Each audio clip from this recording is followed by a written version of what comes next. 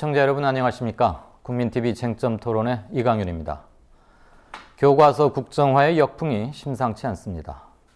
각종 여론조사를 보면 특히 수도권에서의 반발 기류 확산세가 확연합니다. 수도권 출신 일부 여당 의원들의 동요 움직임도 감지되고 있습니다. 이제 총선은 5달 남짓 남았습니다. 오늘은 새누리당과 청와대 사이의 기류와 역학관계 그리고 향후 움직임, 총선 얘기들 짚어보겠습니다. 토론자 여러분들 소개해드리죠.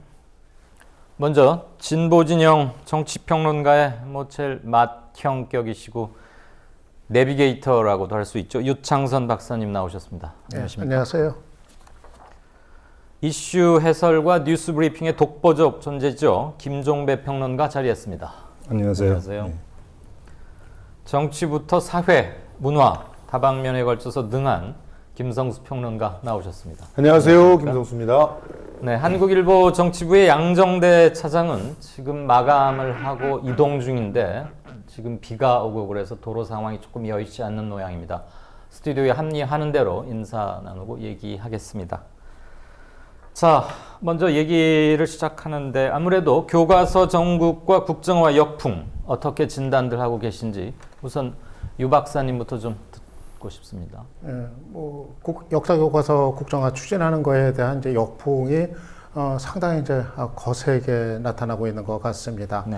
아마 청와대라든가 또 이제 새누리당 같은 경우 이 정도까지 좀 여론이 악화될 줄은 아마 채 예상을 좀 못했었던, 그래서 상당히 좀 당혹스러운 그런 국면을 맞고 있는 거 아닌가 이제 생각이 이제 드는데요.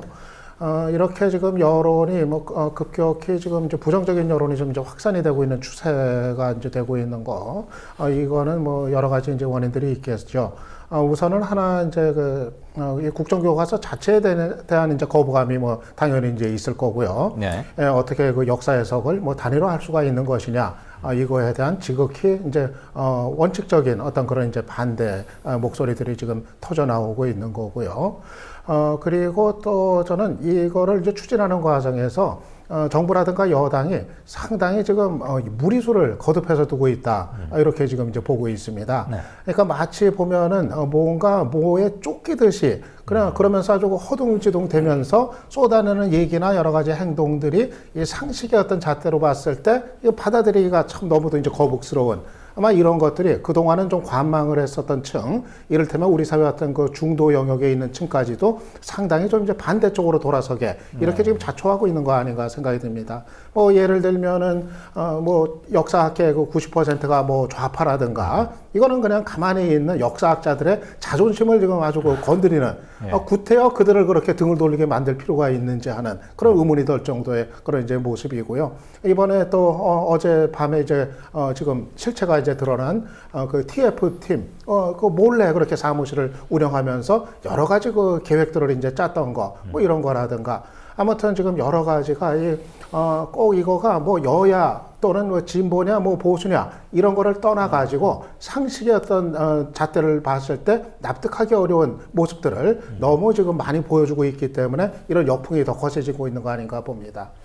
미처 여론의 반발은 이렇게까지 강하리라고는 예상 못한 것 같다, 이런 말씀이시고, 마치 군사작전 치르듯이 투트랙으로 팍 밀어붙이는 게 감지되신다, 이런 말씀으로 정리가 되겠네요. 김종배 평론가께서는 어떻게 보십니까?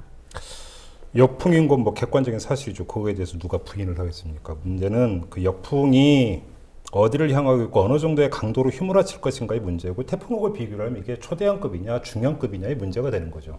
그 다음에 바람은 불고 있는데 바람이 어느 쪽을 향하고 있느냐의 문제가 있는 것이고요. 이것이 내년 총선하고 직결시켜서 많이 해석을 하고 있는데, 제가 볼 때는 그거는 일정한 아직은 예단이다. 그러니까 지금 대한민국 정치에서 6개월 후의 정치 상황을 예언한다는 것은 제가 볼 때는 거의 예언자급에 들어가는 것이기 때문에 그렇게까지 예단해서 가져갈 성질의 문제는 아니고, 주목해서 봐야 되는 것은 각종 여론조사 결과에서 나타나고 있는 동향이 이미 40대에서의 그 광범위한 이탈은 이미 시작이 됐고, 아마도 장기적인 추세를 볼 때 되돌리기가 어려울 것 같다라고 하는 거고요.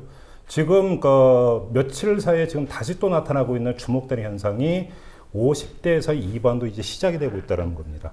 이제 문제는 이것이 하나의 장기적인 추세로, 그러니까 예를 들어서 MB 정부 때를 비교를 하면 2008년대의 촛불 시위 그리고 노무현 대통령 서거 정국을 거치면서 이른바 그 중도파까지 광범위한 반 MB 정서가 내면화되는 이런 과정을 거쳤었거든요. 그리고 그것이 그 이후에 2010년의 어떤 지방선거라든지 2012년 총선 이렇게 이어졌던 건데 제가 볼 때는 반박 정서가 내면화되는 단계로까지 이게 장기적인 추세로 굳어질 것이냐 아니면 일시적인 여론으로만 끝일 것이냐가 제가 볼 때는 관전 포인트이고 예. 이거는 그 11월 2일 날 확정고시가 만약에 진짜로 강행이 되고 그 뒤에 어떤 식으로 이 의제를 전환시키는 정책 카드를 현 정권이 꺼내드는가까지를 봐야 최종적인 판단을 할 수 있을 것 같습니다. 얼마만큼 파괴력을 가질지는 아직은 좀 더 두고 봐야 되겠다 이 말씀이신데 혹시 40대의 이탈세, 반발세가 가장 선도적이었고 가장 강했던 그 이유는 혹시 뭘로 꼽으신다면? 그거야 뭐 이미 해석이 나왔는데 지금 그 중고등학생을 자녀로 두고 있는 학부모의 주 연령층이 40대예요.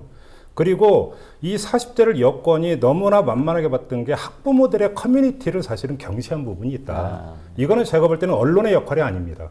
그거는 이 국정화 문제에 대해서 사실은 초기 진입 단계에서 40대는 오히려 찬성 여론이 근소하게나마 앞섰었어요. 그러게요. 네. 그랬는데 이게 뭔가 한 두 주를 거치면서 40대에서 역전 현상이 아주 가파르게 나타나고 있는데 제가 볼 때는 이것이 역사학계 교수들의 집필 거부 선언이라든지 이런 여러 가지 주의를 환기할 수 있는 외생 변수가 계속 공급이 된 부분이 있지만 이것들의 정서적 태도가 내면화되는 데에는 학부모들 간의 커뮤니티가 저는 엄청난 역할을 했다라고 생각을 합니다. 뭐냐면 자기 자식하고 같은 학교를 다니는 학부모들끼리의 커뮤니티에서 여기서 국정화 문제가 어떻게 되는가라고 하는 토론 내지 정보 교환 이것들이 40대에서의 광범위한 지금 이탈 내지 이반을 낳고 있는 것 아니냐 이렇게 보는 거고요.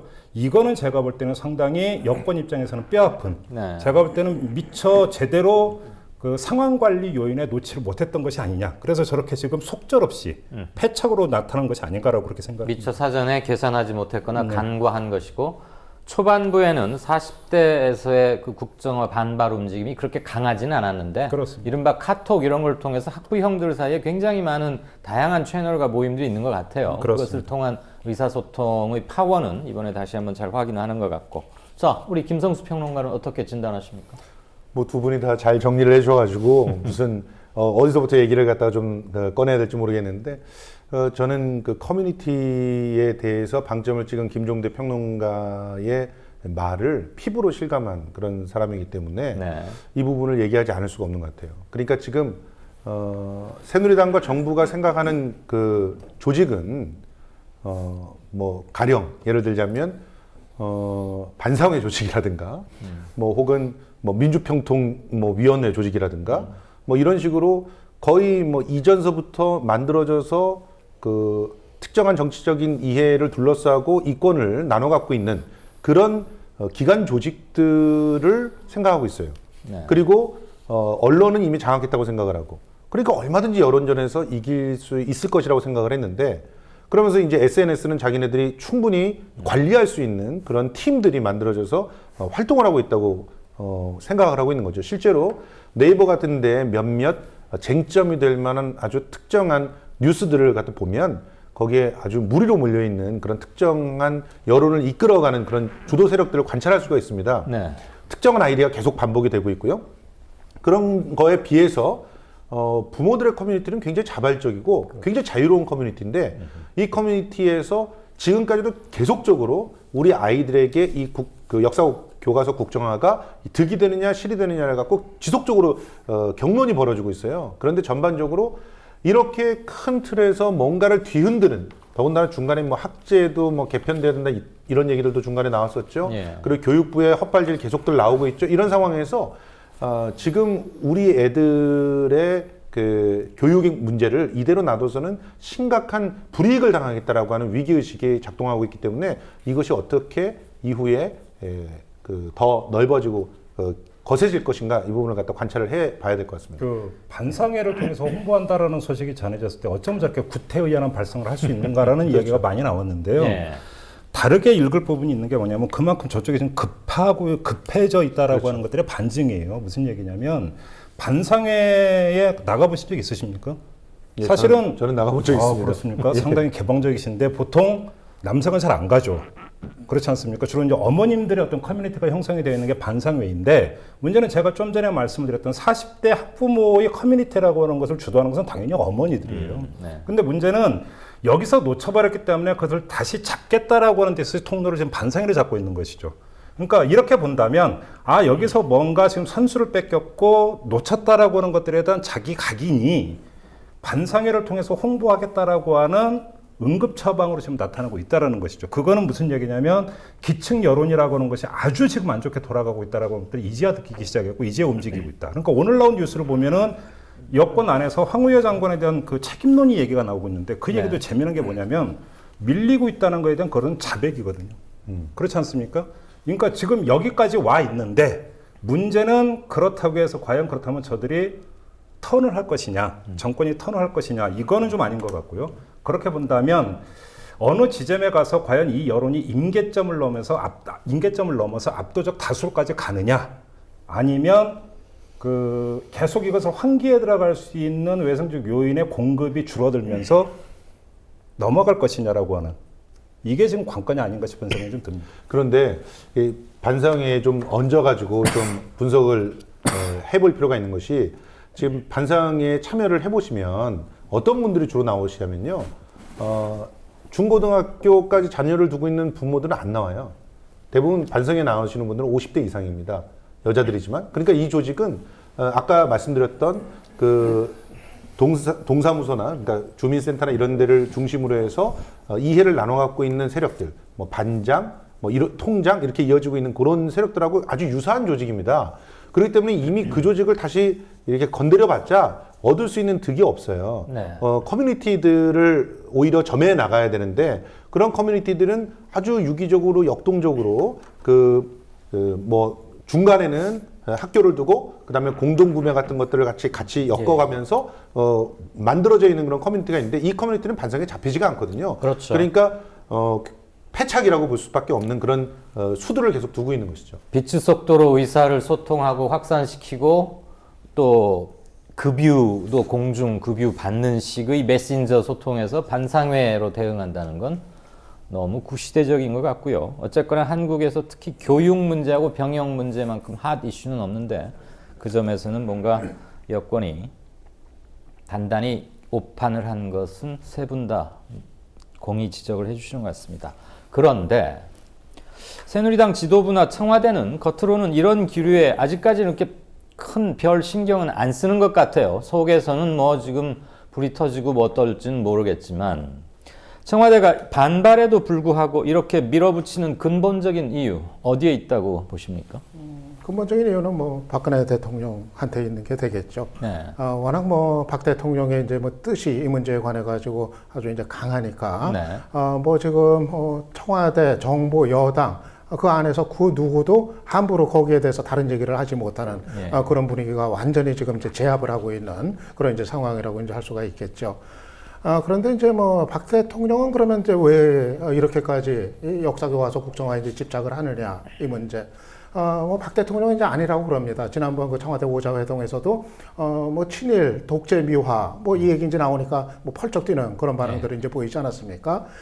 그런데 그게 뭐 박 대통령이 이미 쏟아냈던 얘기들이 있어요, 본인이. 그거를 그렇게 아니라고 해서 지금 뭐 그거를 받아들이기가 뭐 현실적으로 이제 불가능한 게, 과거에 쏟아냈던 그 어록들이 지금 뭐 다 지금 공개가 되고 있지 않습니까? 몇 년 전부터 쭉 있죠. 아버지 이제 박정희 전 대통령의 그 명예회복이야말로 자신이 정말 어떤 필생에 해야 될 것처럼 그렇게 이제 그런 취지의 얘기들 뭐 여러 번에 걸쳐서 과거에 그런 얘기를 했던 그 기록들이 지금 여전히 지금 이제 남아 있고, 그러면은 어떻게 보면은 지금 이 역사 교과서를 국정화를 해서 아버지의 어떤 명예회복을 하는 것이 어떻게 보면은 박근혜 대통령의 필생의 지금 이제 사업이다. 이렇게 얘기해도 저는 뭐 틀림이 없다. 그렇게 이제 생각을 이제 합니다. 네. 그리고 박 대통령이 이 논란에서 벗어날 수가 없는 것이 철저하게 이제 이해 당사자이기 때문에 그렇습니다. 바로 그 아버지의 어떤 명예회복과 그 이해관계가 지금 직결이 되어 있는 당사자인데, 그가 교과서를 단일화한다 했을 때 그것이 어떤 방향으로 될 것인지, 결국은 어떤 식으로든 뭐 현대사를 줄이거나 또 일제의 어떤 친일 부분을 뭐 줄이거나 이런 식으로 해서 그것이 결과적으로 해석하기에는 결국은 아버지 박정희 전 대통령 부분을 의식해서 그런 거 아니냐. 이 논란에서 벗어날래야 벗어날 수가 이제 없는 그런 거거든요. 그렇기 때문에 이 문제에 관해서는 아마 저는 박근혜 대통령이 뭐 총선 전략이나 어떤 전략 차원에서 이거 꺼냈다고 생각하지는 않습니다. 예. 그거 이상의 문제입니다. 박 대통령한테는. 이런 모든 어떤 정치적인 계산이나 전략적인 고려 이런 거를 뛰어넘는 모든 거를 다 희생시키는 한이 있다 하더라도 총선에 불리하더라도 꼭 해야 될 하겠다. 바로 이제 그런 일이기 때문에 네. 그거를 다 주변에서도 이제 읽고 있기 때문에 예. 지금 새누리당에서도 뭐 청와대 안에서도 누구 하나 제대로 입번 끝하지 못하는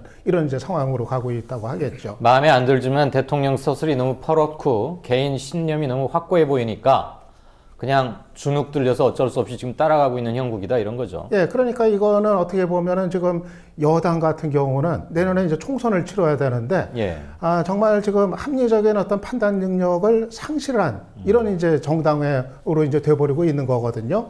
사실은 이런 상황이면은 정상적인 지금 여당이라고 하면은 예. 일단은 좀 퇴각을 지금 건의를 해야 될 네, 그런 네. 이제 상황. 이거 도저히 여론이 안 되겠으니까 예. 일단은 조금 명분 있는 퇴각을 하시죠. 이 얘기가 나와야 되는데 그걸 못 하고 있지 않습니까? 예. 어떻게 보면은 지금 완전히 그 서슬퍼런 대통령의 위세에 이제 눌려가지고 사실은 이 어떤 합리적인 정치적인 대응 능력을 상실했다. 지금 상실한 예. 그것이 어떻게 보면 새누리당의 이제 불행이다 이렇게 얘기를 할 수가 있겠죠. 김종배 평론가. 혹시 말이에요. 내년 4월 총선에까지 이 이슈가 살아 움직여서 영향을 미치고 그래서 전반적으로 지금 보수 여당층에게 손해를 가져다 준다 하더라도 대통령이 이것을 끝까지 포기하지 않을 것으로 보십니까? 내년 4월까지 이 이슈는 살아 있을 수가 없습니다. 아니, 살아 있는다고 사안 친다면. 자체가 왜냐하면 그 일단 봐야 되는 게 이거 애당초 이걸 꺼낸 거는 총선용이 아니에요. 그 네. 단적인 예가 작년 초에도 이 문제를 청와대 발로 제기를 했었어요. 발동을 걸려다가 걷어들인 게 세월호 참사 때문에 걷어들였었습니다. 그러면 총선을 고려를 했다면 작년 초에 그러니까 이걸 꺼낼 이유는 전혀 없는 거죠. 그럼 멀어도 너무 머니까 이 단적인 반증 사례 하나가 그 상징하는 것처럼 이거는 총선 전략이 아니에요. 애당초 수건 사업이었던 거죠. 그러니까 이 점을 일단 먼저 해야 되고 정리를 해야 되고 두 번째는 총선과의 상관성을 이제 하는데 제가 볼 때는 이 정도면 지금 퇴각을 해야 된다고 여권에서 위기감이 일고 있다라는 일부 언론 보도가 있는데 제가 볼 때는 그거는 기사를 위한 기사다. 아까도 제가 어떤 말씀을 드렸냐면 임계점을 아직 넘지 않았다라고 말씀을 드렸는데 그 국정교과서에 대한 반대 여론이 찬성 여론보다 10 내지 11%포인트 높고 거기서 그런 여론이 급속하게 악화가 되고 있는 것만은 분명한 사실이지만 누차 말씀을 드리지만 이건 임계점을 넘지 않았다는 거예요. 여권이 판단할 때는. 그 단적인 예가요. 이런 겁니다. 지금 그 이 조사와 함께 정당 지지율 조사 결과가 같이 나와요. 근데 지금 새누리당의 정당 지지율이 얼마가 나오면 40% 초반이 나오고 있습니다. 거기다가 새정치민주연합 20%대가 나오고 있어요. 근데 여기서 주목해서 봐야 되는 게 두 가지가 있는데 여론조사의 그 허상에 그 현혹되면 안 된다는 겁니다. 첫째는 여론조사에는 잘 모름, 무응답이 있어요. 근데 실제 선거에서는 이게 없습니다. 다시 말해서 여론조사에서 새누리당의 지지율이 40% 초반이 나온다라고 한다면 실제 선거에서 이 여론이 고스란히 선거로 반영이 된다면 50%를 넘어요. 왜냐하면 모름 이런 것들이 다 사라져버리기 네, 때문입니다. 물론 일부 무효표가 나온다 하더라도 그러면 이미 50%는 아직은 유지를 하고 있다는 겁니다. 총선은 50% 넘으면 무조건 이겨요. 예. 저는 그런 점에서 일단 임계점을 넘지 않았다라고 하는 것이고요. 두 번째는 총선의 그 투표율을 분석하면 70%를 넘지를 못해요. 투표율은? 그렇죠. 투표율이. 그러면 최고로 잡았을 때 70% 정도. 그렇죠. 그러니까 60% 초반 정도로 본다고 한다면 재미난 현상이에요. 지금 그 새누리당 지지율과 그러니까 새정치민주연합 지지율을 합치면 딱 총선 투표율이에요. 이 얘기는 무슨 이야기냐면 지금 새누리당 지지하고 있는 사람들이 총선에서 고스란히 투표한다면 필승이라는 겁니다. 새누리당은 다시 말해서 언론이 지금 호들갑을 떨고 있는데 새누리당 내부에서는 저는 그렇게 지금 주판을 굴리고 있다고 생각하는데 아직 임계점이 오지 않았다. 아직은 여지가 있다라고 보는 거고요. 그래서 아직은 상황 관리할 수 있는 여지가 있다고 판단을 한다라는 것입니다. 예, 알겠습니다. 그렇기 때문에 김무성 대표가 저렇게 나오고 있는 거라고 봐야 되는 거고요. 제가 볼 때는 누차 말씀을 드리지만 그 고사성 어떤 예단 이건 금물이라는 겁니다. 그게 상황 판단에 있어서 오인을 그러니까 빚을 수가 있다라는 거예요. 그 총선 전략이라 함이 이 교과서 문제를 던짐으로써 보수층을 결집시키고 그런 의미, 득표 전략으로서가 아니라 이 교과서를 국정화하기 때문에 빚어지는 온갖 반발, 그리고 야권의 일부 결집, 이런 것들을 감수하고라도 손해를 보더라도 이거는 꼭 해야 되겠다. 청와대에서는 그렇게 계산했겠느냐 이 말인 거죠. 여권의 결집을 꾀할 이유가 없었다라는 겁니다. 굳이 그러니까 청와대나 새누리당이 그러니까 득표 전략도 아니지만 이것으로 간표를 한다고 해도 그 정도는 충분히 아니, 무시하고 지나갈 수 있는 것이다. 단적이냐가 김무성 대표가 그 얘기를 했어요. 얼마 전에 그 180석을 이야기하면서 무슨 이야기를 했냐면 보수는 단합되었고 야권이 분열돼 있다고 그랬어요. 그건 아주 그러니까 속내를 드러낸 건데 청와대나 새누리당은 여권을 간절하게 결합시킬 정치적 동기가 없었어요. 왜냐하면 잘 나가고 있는데 왜 결집을 시킬 또 다른 어떤 정치 이벤트가 왜 필요하다는 겁니다. 상황 관리만 해도 이기는데. 그렇지. 그런 점에서 볼 때는 제가 볼 때는 그 과도하게 인과성을 자꾸만 강조를 하면서 뭔가 억지로 꿰어 맞추는 측면이 있다라는 겁니다. 알겠습니다. 총선 전략 차원에서 얘기를 한다면은 예. 하나만 얘기를 드리면은 이제 여권의 총선 전략이라기보다는 그건 이제 아니라고 득표 저도 전략이 아까 얘기 아니고. 드렸잖아요. 예. 애당초 나온 배경이 이제 그거 아닌 건데 오히려 지금 야권에서 사실은 총선 전략으로 이거를 좀 활용하려고. 예, 그거를 아마 이제 적극적으로 지금 할 법한 이제 상황입니다. 네. 오늘도 그 문재인 대표가 어디 가가지고 이제 그 얘기를 했더라고요. 내년 총선에 이제 승리해가지고 이제 그 국정교과서 이제 맡겠다. 예, 그 예. 얘기를 이제 했는데 뭐냐면 지금 야권에서는 이 문제를 오히려 그 국정교과서 이제 저지를 아마 그 최대 총선 이슈로 가져가려 할 겁니다. 간단히 네. 얘기해서 내년 4월 총선을 이 국정교과서 선거로 아마 가져가려는 아마 그거를 적극적으로 이제 고려할 법한 그런 이제 상황입니다. 이거는 이제 왜냐하면은 뭐 아주 간단한 얘기죠. 지금 사실 이 문제가 지금 부상하기 전에는 내년 총선에서 야권의 어떤 그 참패는 좀 기정사실화되는 그런 분위기였거든요. 예. 심지어 새누리당에서 뭐 180석 얘기 나올 정도로 그리고 뭐 야당 또 안팎에서 다 그거를 거의 뭐 기정사실로 받아들이는 그런 이제 분위기였는데 지금 이제 그 기류 변화가 지금 나타나고 있단 말입니다. 네. 아까 얘기 나온 것처럼 이제 정당 지지율은 아직도 절반인데 이 국정교과서 문제에 관해서는 여론의 추이가 지금 다른 역전돼 있는. 예, 그러니까 결국 당에 대한 어떤 지지를 호소하는 거가 아니라 결국은 국정교과서에 대해서 어떤 선택을 할 거냐 이거를 묻는 선거로 가면은 야권 입장에서는 사실은 해볼 만한 그런 선거의 가능성이 이제 열린 거죠. 예. 그래서 물론 그것이 이제 내년 총선에서 실제로 선거에서 어떻게 결과가 나올지는 아직은 지금 대단히 유동적인 변수가 너무도 많습니다. 예. 다만 지금까지는 야권이 내년 선거는 지는 선거다 이렇게 패배감에 빠져 있던 상황에서 이제는 해볼 만한 거 아니냐, 해볼 가능성이 열렸다. 이거를 야권 당사자나 아니면 또 야권 지지층들이 지금 새롭게 이거를 인식을 하고 있는 상황이라는 거. 저는 그거는 좀 이제 상당히 좀 주목할 만한 그런 변화다. 그렇게 좀 봅니다. 선거전에서 활용할 이슈의 단서를 하나 잡은 정도다. 아직은 그렇게 봐야 되지 않을까 싶고. 자, 김무성 대표가 사사건건 뭐 좀 대드는 듯 하다가 교과서 국정화 문제 관련해서는 청와대하고 이구동성을 넘어서서 오히려 한술 더 떠요. 김성수 평론가, 왜 네. 그렇다고 보십니까? 크게는 두 가지 이유가 있다고 보는데요. 네. 이제 하나는 이 교과서 문제에 대해서 어떤 다른 이견을 냈을 때 얻을 수 있는 득이 없다고 보는 거죠. 요건과 관련해서는. 그렇죠. 여권 내에서 이걸 가지고 분열된 그런 모습들을 보였을 때, 뭐 일단 기본적으로 그 지금 현재 그 대통령과 맞서서 어떤 분열되는 그런 모습을 보였을 때 챙길 수 있는 것들, 뭐 공천권이라든가 여타의 이 이슈들에서 밀려날 수 있는 그런 상황들 예. 만들어낼 수가 있고, 친박들이 똘똘 뭉쳐서 예봉을 펼치게 됐을 때 관리하기가 힘들어지는 그런 상황들을 또 최근에도 겪었고 그런 상황이 있기 때문에 굳이 자신이 공천권을 갖다 행사하는데 크게 걸림돌이 되는 이슈들이 아니라면 반발을 할 필요가 별로 없는 것이죠. 네. 그래봤자 뭐 자꾸 그 점수만 잃어갈 뿐이고, 그리고 또 하나는 교과서 국정화를 통해서 혜택을 보는 분이기 때문에 별로 그것을 문제 삼고 싶지 않아 하는 것이죠. 자기 사실은 가계사 문제. 그렇죠. 얘기했네. 자기 스스로가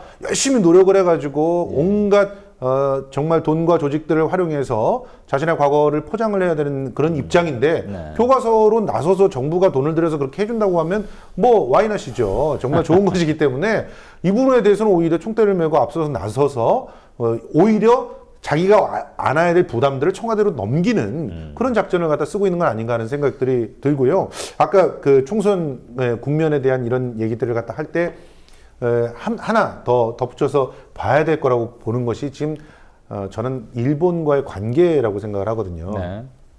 지금 일단 교과서의 그 국정화를 선포하는 고시가 11월 2일 날 지금 있을 예정 아닙니까? 예, 그날 또 한일 정상회담도 한일 하게 정상회담을 해요? 그때? 예. 일부러 그때를 제안하는 거죠? 그러면 한일 정상회담을 통해서 예를 들어서 위안부 문제와 같은 어떤 개량화가 이루어진다. 그러면서 그것을 온갖 종편에서 포문을 열어가지고 포장을 한다. 라고 하면 이 교과서 국정화에 대한 우려들을 상당 부분 또 잠식할 수 있는 어떤 여지가 만들어질 수도 있는 것이거든요. 그런 측면에서 지금 그 여권 쪽에서는 뭐 임계점에 도달하지 않았다 이런 분석들도 있었는데 뭐 그런 걸 다 떠나서 아직까지는 충분히 많은 포탄들을 갖다 준비해 놓고 있는, 다시 말해서 굉장히 계획적으로 지금 하나씩 뭔가를 그 펼쳐 보이고 있는 그런 국면이고, 거기서 돌발 변수는 뭐 TF팀이 뭐 들키고 뭐 이런 것들이 있었겠지만 네. 그런 그 변수들을 어떻게 야권에서 단일하게 잘 관리를 해서 끊임없이 이슈들을 그 관리하면서 총선까지 이끌어갈 수 있느냐 이건데, 그럴 가능성들이 지금 현재 야권에서는 좀 뭐 그렇게 적어 보이거든요. 그런 확률이. 그런 측면에서 앞으로 더 지켜봐야 될 것 같습니다. 맞아요. 김무성 대표의 부치는 거의 뭐 예수와 동일한 반열에 올려달라 이러지 않을까 싶은데, 오른손이 하는 일을 왼손이 모르게 한 것 같아요. 그렇죠. 한 손으로는 비행기를 사서 헌납하고 한 손으로는 또 몰래 독립군들 군자금을 댔다고 하니까. 자, 한국일보 양정대 정치부 차장 어서 오십시오. 안녕하세요. 기자가 마감 시간을 어기면은 도저히 못 봐드리는데 이것도 거기에 준하게 할까요? 자, 시청자 여러분들 지금 막 마이크를 달지 않으셨기 때문에 지금 교통 문제가 있고 해서 예. 마이크 준비되는 대로 바로 예. 발언을 청해서 듣겠습니다. 아까 그 김무성 대표 네. 그 주장했던 거는 아마 그러니까 뭐 이제 사실관계 독립군 말씀. 도왔다 이런 예, 주장하고 그러는데 부친이 네. 그건 아마 이제 역사학자들이 이제 곧 아마 검증들을 철저하게 하지 않겠나 생각을 합니다. 예. 그래서 그거는 아마 진위가 뭐 그렇게 어렵지 않게 예. 뭐 판명이 되지 않겠나 이제 싶고요. 네. 근데 이제 김무성 대표가 왜 이렇게까지 적극적으로 나서는가? 왜 그렇죠? 아마 우선은 차제 박근혜 대통령하고 관계 개선을 좀 제대로 좀 한번 해보겠다. 확실히 해두자. 이게 작용한 거로 좀 생각이 되고요. 뭐 지난번까지도 또 여러 가지 뭐 불편한 거 아직도 남고 그랬는데 공천 문제 가지고. 완전히 그 총대를 매가지고 정말 좀 신뢰할 만한 그런 파트너로 좀 한번 반전을 좀 시켜보겠다. 이게 하나 좀 깔렸을 법하고요. 그렇게 급했을까요? 그건 이제 조금 이따가 예, 한번 얘기를 풀어나가기로 하고요. 그렇죠. 그리고 예. 이제 또 네. 하나는 그것만 가지고 또 다 설명이 되기에는 또 너무 또 나가버린 거 아닌가 하는 생각도 이제 들어요. 예. 아마 이거는 김무성 대표가 갖고 있는 자신의 어떤 철학, 역사에 대한 특히 그 친일 문제와 어떤 그 부친과의 어떤 문제 이런 게 다 얽히면서 기존의 여러 가지 역사 해석들에 대한 어떤 불편한 어떤 반감 이런 게 자리하면서 자신의 어떤 역사를 보는 또 철학 이런 게 또 이제 반영이 된 면도 또 있지 않나 이렇게 생각을 해봅니다. 자기의 아픈 데미자, 아픈 대목이자 영원한 핸디캡이라고 할 수 있는 부분, 차라리 그런가 싶고. 자, 아까 김종배 평론가는 이 부분에 대해서 명확한 입장을 밝히셨고요. 나머지 세 분께 조금은 반복되는 감이 한두 분 있습니다만 여쭙겠습니다. 우선 양정대 한국일보 차장에 먼저 질문하죠. 이 교과서 이슈, 총선까지 계속 살아서 갈 것으로 보십니까? 아마 총선에서 핵심적인 이슈 중에 하나가 될 가능성이 저는 굉장히 높다고 생각을 합니다. 어허. 두 가지 이유가 있는데요. 네. 일단 하나는 박근혜 대통령이 이 교과서 국정화 문제를 쉽게 접지는 않을 거다. 뭐 지금 하는 걸로 보면 사실 굉장히 좀 중요한 이슈로 오히려, 그러니까 지금 여론의 동향이나 이런 것들이 사실 좀 국정화에 대한 반대 여론이 좀 높아지는 그런 예. 상황으로 지금 가고 있는데, 네. 그것과는 무관하게, 그리고 좀 더 중장기적으로 보면 이 국정화를 통한 사실상의 이념 논쟁 이런 부분들이 뭐 총선에 있어서도 크게 불리하지 않다, 이런 판단을 이미 하고 있다, 이렇게 봐야 될 것 같고요. 이것을 총선 득표 전략으로 꺼내든 건 아니지만 총선까지 살아서 이 이슈가 가더라도 여권이 득표하는데 크게 불리할 것 없다라고 계산하고 있는 것 같다. 그 말이죠. 그렇죠. 그리고 또 다른 하나는 이 역사교과서 국정화 문제가 네. 단순히 교과서의 문제가 아니고 사실은 그동안에 그 우리 정치권 내에서 가지고 있었던 전체적인 좀 이념 지형 이런 것들이 어쨌든 한번 다시 좀 크게 충돌하는 그런 지점이기 때문에 사실은 여당이든 야당이든 여기서 물러서는 순간 사실은 좀 내부 진영 자체가 조금 좀 기반이 좀 약화될 수 있다 이런 우려를 여야 공히 하고 있다 이렇게 봐야 될 것 같습니다. 알겠습니다. 김성수 평론가는 예. 어떤 견해에서? 변수가 상당히 많다. 그렇지만 저도 양정대 부장님처럼 이슈가 총선까지는 갈 수 있을 거라고 봐요. 근데 야권이 어떻게 관리하느냐에 따라서 이게 중요한 야권의 무기가 되느냐 아니냐는 결론이 날 수 있다고 봅니다. 지금 현재는 여권은 굉장히 계획적으로 다양한 무기들을 준비해서 차근차근 그 공식을 펼쳐나가고 있거든요. 실제로 지난 그 20일 이후서부터는 여권에서 어떤 식으로 입을 맞추고 있냐면 교과서가 일단 나오고 난 다음에 봐야 된다. 이런 얘기를 계속하고 있어요. 예. 그 이전까지는 계속적으로 국정화가 왜 문제냐 이런 식이었는데 이제 국정화라는 그 자체의 프레임을 건드리지 않으려고 하는 거죠. 아니 교과서 예. 나오고 나서 보자라는 말은 사실 할 수 있는 얘기 아닌가요? 그럼요. 근데 그런 쪽으로 전부 다 초점을 맞췄다는 거죠. 그 이전까지는 국정화 자체가 뭐가 문제냐라고 하는 그런 입장으로 국정화라는 그런 단어 자체가 계속 프레임으로 돌 수 있는 그런 방법들을 선택하면서 맞섰다면 그 이후부터는 그걸 아예 빼버리고 교과서가 나오기도 전에 그 예단을 한다. 그거에 대해서 야권은 효과적으로 대응하고 있다고 보십니까? 못한다고 보고 있습니다. 네. 그러니까 지금 현재는 또 밀려가고 있는 여론전에서 좀 밀려가고 있는 부분들이 좀 보이는 것이 지금 그러면 사람들이 관망세로 돌아설 수가 있거든요. 특히나 11월 2일에 네. 고시를 딱 던져놓고 그리고 한일 정상회담에서 뭔가 하나 떡고물을 던진 다음에 교과서 나온 다음에 보자라는 관망세로 돌아서게 된다면 이슈는 살아있다고 해도 총선에서 뭔가 야권에게 유리한 무게가 되기는 굉장히 어려운. 왜냐하면 그때는 교과서는 아직 준비 중일 거거든요. 그리고 뭐 예를 들어 시험판이라도 나와봐야 총선에서 뭔가 건더기가 될 텐데 알겠습니다. 그럴 가능성이 없다는 것이죠. 국정화 그 이슈만 가지고 끌고 가기는 힘들다. 추동력을 계속 공급받기는 쉽지 않을 것이다. 예. 이런 말씀으로 정리해도 됩니까? 예. 저는 네, 이 내년 박사님은. 총선까지 이슈로 계속 살아있을 거로 봅니다. 네. 그리고 아마 최대 이슈가 될 가능성도 상당히 높다. 최대 이슈. 예, 그렇게 봅니다. 예. 물론 내년 4월 총선까지가 기간이 아직 상당히 긴 기간이거든요. 그렇죠. 그럼에도 불구하고 제가 이제 그런 전망을 하는 거는 네. 계속해서 이거는 논란거리가 터져 나오게 되어 있습니다. 지금 뭐 한두 달 안에 이렇게 뭐 이슈로 됐다가 뭐 이렇게 진정이 되고 뭐 논란이 이제 사라지고 이럴 거 아니라 당장 예상을 해봅시다. 지금 이제 지필진 이제 구성해야 되죠. 예. 구성해야 되는데 벌써부터 지금 그게 논란이 되거든요. 공개 비공개로 여부. 한다. 예, 네. 말이 안 되죠.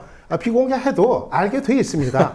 그걸 무슨 수로 비공개를 지킵니까? 예. 법원에 가서 소송하더라도 그거는 공개 판결을 얻어낼 수가 있고 여러 예. 가지 국회에서 요청하면 그거 내놓게 돼 있거든요. 네. 그러면은 필진 구성부터 논란이 되죠. 그러면은 그 실제로 필진에 참여한 사람들이 과거에 썼던 내용이 어떤 거냐? 이거 이제 아주 그 핫이슈가 이제 됩니다. 되고 실제로 이거 집필 과정과 관련된 여러 가지 논란거리 계속 터져 나오게 돼 있거든요. 이거 논란 잠재우기 저는 어렵다고 이제 봅니다. 네. 그래서 아마 그 내년 총선까지 계속 해가지고 이건 터져 나오는 이런 이제 이슈가 될 거로 이제 보고요. 다만 저는 이제 야당이 이 문제를 아까 그 김성수 평론가도 이제 야당이 잘 관리해야 된다 얘기했습니다만은 이 구도를 어떻게 가져갈 거냐 대단히 유의할 점들이 저는 있다고 봅니다. 네.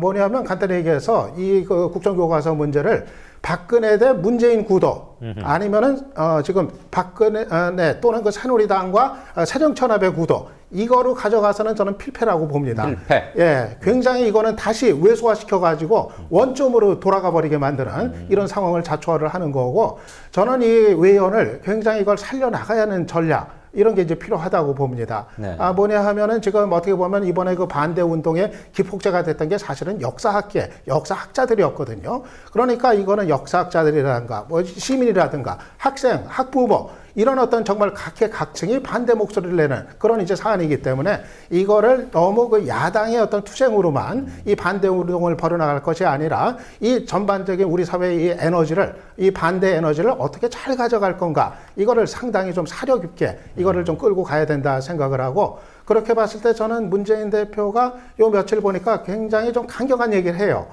이건 물론 이제 저지하겠다 이 의지가 되는 건 아니겠는데 네. 자극적이고 강경한 얘기만 쏟아내는 것이 지금 제1야당 대표가 할 역할은 아닌 것 같습니다. 그건 다른 사람들도 다 할 수가 있거든요. 그거 말고 정말 정치적으로 압박을 할 수 있는 야당 대표만이 할 수 있는 메시지, 국민들을 향한 메시지, 아마 이런 것들이 좀 나와야 되지 않겠는가. 제안하신다면 뭐가 있을까요? 이를테면은 어떤 그 명분이 있는 어떤 퇴각이 가능한 어떤 그런 그런 메시지 같은 거, 여권 그런 측에. 거를 청와대나 여당 쪽에 이제 제안을 한다든가. 알겠습니다. 그래서 명분상 저쪽에서 청와대나 여당 쪽에서 이거 참 안 받아들이기도 궁색하고 그렇다고 받아들이기도 그렇고 좀 이런 식의 어떤 그 상황을 좀 주도해 나가는 그런 어떤 좀 주도력 이런 게 좀 필요하지 않나 생각을 해봅니다. 있다면 신의 한 수쯤에 해당하는 묘수일 것 같은데, 그러니까 민주대 전체주의 또는 파시즘 이런 대결 구도로 가야지 문재인 대 박근혜의 문제로 가서는 다시 그렇죠. 자긍으로 치환될 것 같다 이 말씀이시고, 우리 김종배 평론가는 좀 견해가 다르신 것 예, 같습니다. 저도 좀 한 말씀 드려야겠는데, 첫째 뭐냐면 이게 내년 총선의 선거 이슈가 될 수 없다라고 하는 것에 있어서 판단의 잣대인데요. 네. 그 특정한 정치 세력이 의도적으로 슬로건을 만들어낼 수는 있어요. 네. 그러니까 그런 점에서 보면 뭐 그건 기획이죠. 사실은 판이 흘러가는 게 아니라 그건 기획이기 때문에 지어낼 수 있죠, 얼마든지. 문제 제기는 계속 할 수 있다는 야권에서 얘기죠. 얼마든지 할 수 있겠죠. 근데 제가 이제 아까 말씀드린 부분은 뭐냐면, 이것들이 이거에 대해서 전선을 치면서 끊임없이 국민들을 이 전선으로 끌어당길 수 있는 소재가 계속 공급이 되느냐의 문제라는 거예요. 저는 그 점에서 내년 총선 국면에 있어서는 지필 단계에 들어간다는 겁니다. 그렇죠. 지필 단계에 들어가기 때문에 사실은 그때는 뭐 이래서 지필진 구성이 뭐냐는 것은 그 전 단계 이야기가 되는 거고, 이미 이 단계에서 뭔가 소재가 계속 공급되는 상황에서 그러니까 중단되는 부분이 하나가 있다라는 거고요. 두 번째는 자꾸 제가 볼 때는 저는 그 견해에 별로 동의를 못 하겠는 게, 애당초 이 교과서 문제가 불거졌을 때 2년 문제로 많은 사람들이 다 그 프레임에서 교과서 문제를 분석을 했어요. 국정화 문제를. 그리고 또 사실 새누리당은 그렇게 몰아가려고 했던 측면이 있습니다. 그런데 지금 중간 정리를 하면은요, 교과서 국정화 문제는 2년 문제가 아니라 민주 문제가 되어버렸습니다. 다시 말해서 이 40대 학부모부터 해서 반대 여론이 높아지고 있는 문제는 이것을 2년 문제로 바라보지 않는다라는 반증이에요. 좌와 우의 진영 간 문제가 다시 말해서 아니라. 새누리당 안에서 애당초 기획을 할 때는 그것을 2년 공세의 호재로 그러니까 애당초 생각을 했을지는 모르겠으나, 그러니까 그 국민 전선 형성에서 나타나는 국민들에게 비춰지는 것은 지금 국민들은 어떤 프레임하에서 이 문제를 받아들이고 있냐면 민주의 문제로 받아들이고 있습니다. 만약에 이 대중들의 이런 생각 계속 간다면 새누리당이 선거에서 이걸 득표 전략화한다라고 하는 것은 그건 자충수예요. 패착입니다. 그거는 그러니까 섭을 지고 불로 뛰어드는 것 같기 때문에 제가 볼 때는 그 정도의 그러니까 사리 분별력이 없는 집단이다, 저 집단은. 이걸 하나를 봐야 되고요. 야권 요인을 하나만 더 말씀을 드리겠는데, 지금 야권 요인에서 놓쳐서는 안 될 게 뭐냐면 이른바 3자 연석회의의 매개가 지금 교과서 국정화 반대입니다.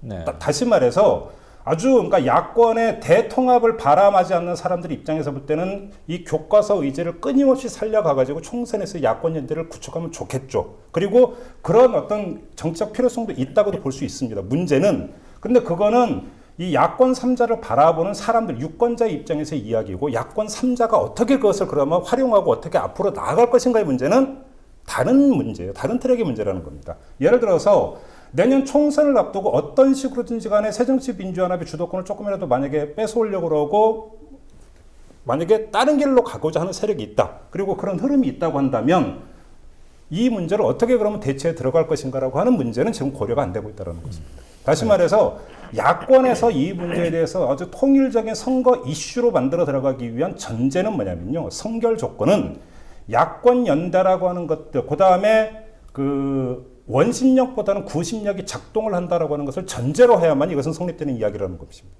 근데 과연 지금 야권의 상황이 그렇게 흘러가고 있느냐? 지금 교과서 국정화 문제 때문에 잠시 휴지기로 지금 가고 있지만 어느 시점에 가서 그것이 다시 폭발을 한다면 그때는 어떻게 되느냐의 문제는 고려해 볼 필요가 있다. 저는 이 말씀을 드리고 싶습니다. 예.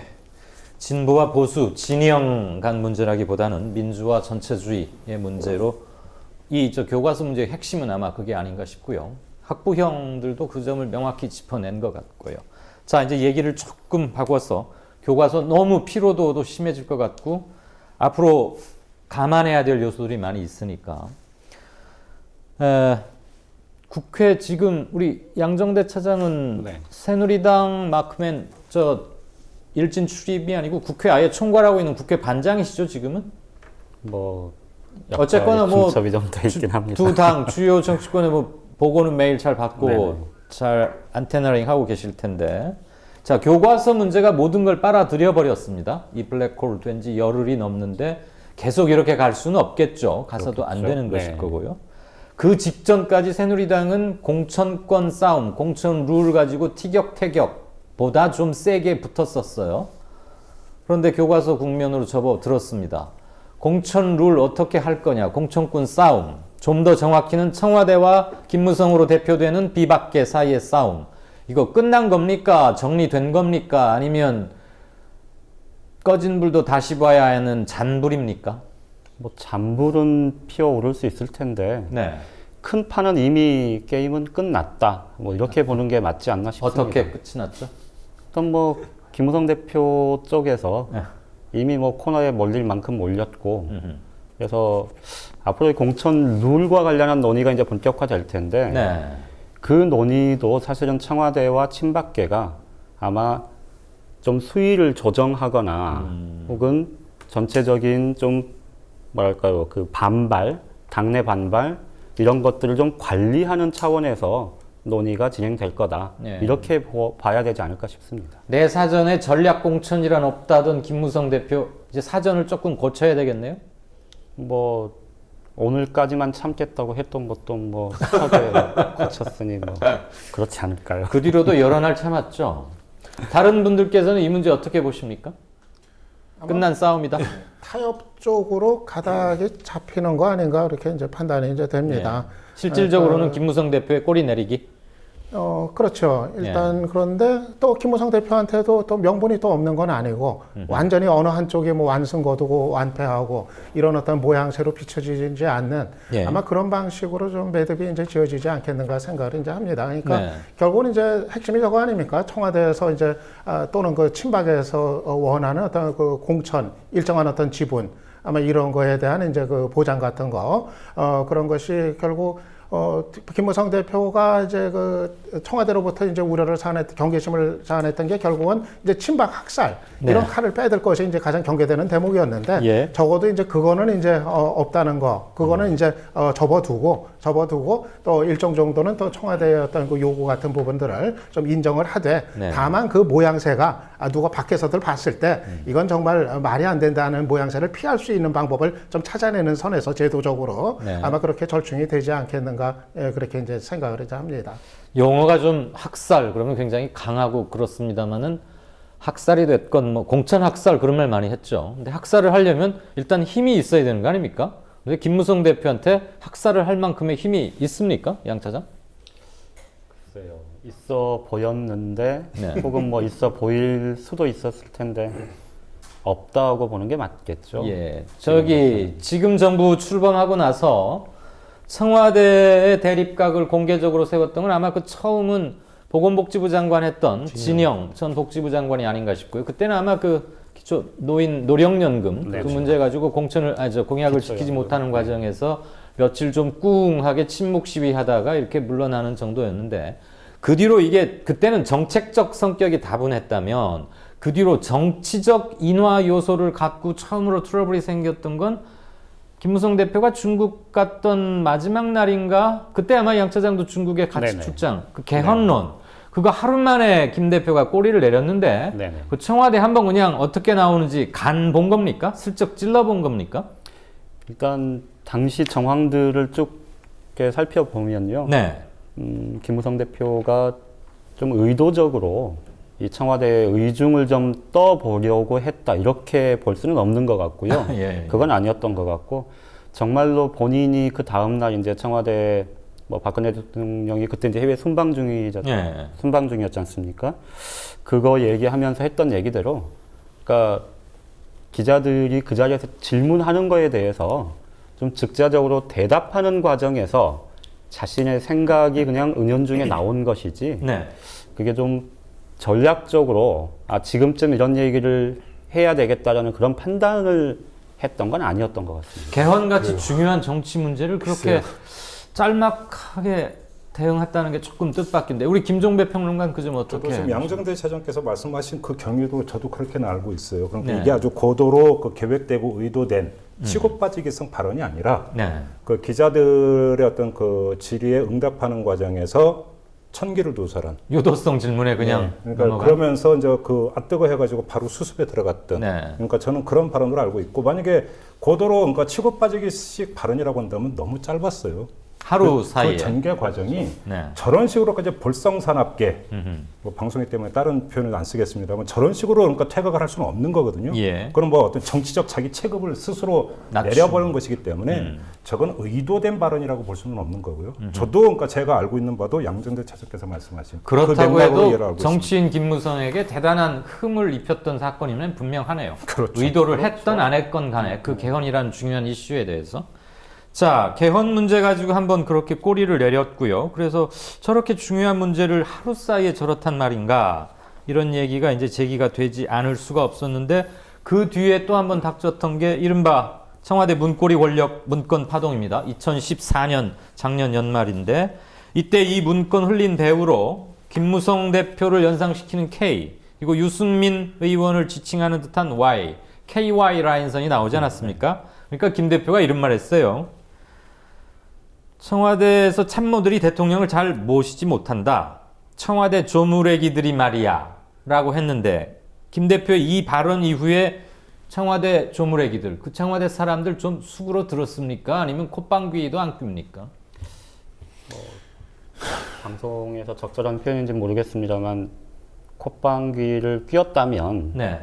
뭐 이렇게 가지는 않았겠죠. 음흠. 그러니까 지금 여전히 여권 내에서 가장 대통령에게 가장 영향력을 미치는 뭐 사람들 이렇게 꼽으면 예. 여전히 그 문고리 권력 3인방이라고 불리는 그 세 사람을 꼽는 사람들이 많고요. 예. 그 역관계는 아마도 박근혜 대통령이 퇴임하는 그 순간까지 계속 유지될 거다. 이렇게 뭐 다들 이제 거의 뭐 기정사실화해서 인정하는 그런 분위기라고 봐야 될 겁니다. 절대적 신뢰에 가깝군요. 그렇죠. 네.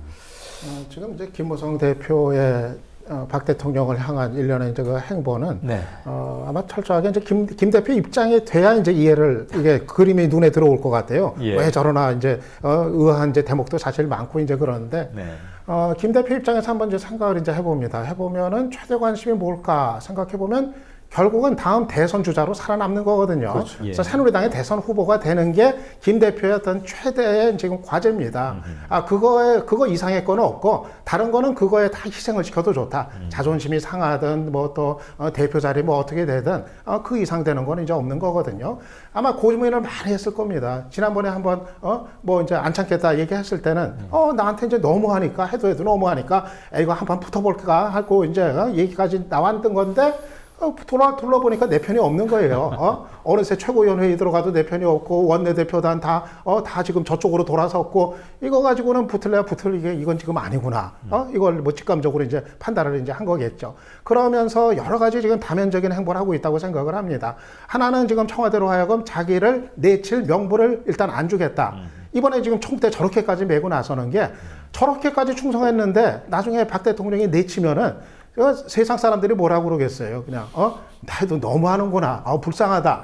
이거를 청와대도 이제 알도록 하자는 거겠죠. 저게. 그러니까 차마 이 내칠 명분을 주지 않겠다는 어떤 포석 하나가 있을 거고. 그리고 이 공천국과 관련해서는 지금 청와대 침박하고 힘겨루기 위해서 적어도 자기가 총선 지나고 일방적으로 밀려가지고 청와대가 완전히 다 공천 좌지우지 해가지고 자기가 대표 자리도 보존할지 또 대선 주자 자리도 어떻게 될지 모를 정도로 상태는 가지 않는 선에서 자기도 방어할 건 하는 선에서 절충을 해서 그 문제 매듭 짓겠다. 일단은 자리 보존을 하면서 총선 마치고 나면 그때부터 이제 내가 하고 싶은 대로 또 할 수 있지 않겠느냐. 아마 그래서 지금 여러 가지 지금 명분면이나 어떤 실리면이나 좀 여러 가지 계산을 하면서는 움직이고 있다. 그렇게 이제 생각을 이제 합니다. 한마디로 얘기해서 박 대통령 향해서 지금은 아직은 싸울 때가 아니다. 싸우는 것보다는 여러 가지로 좀 다면적인 행보를 하는 게 지금 대선 후보가 되는 길이겠다. 이렇게 좀 판단한 거 아닌가 봅니다.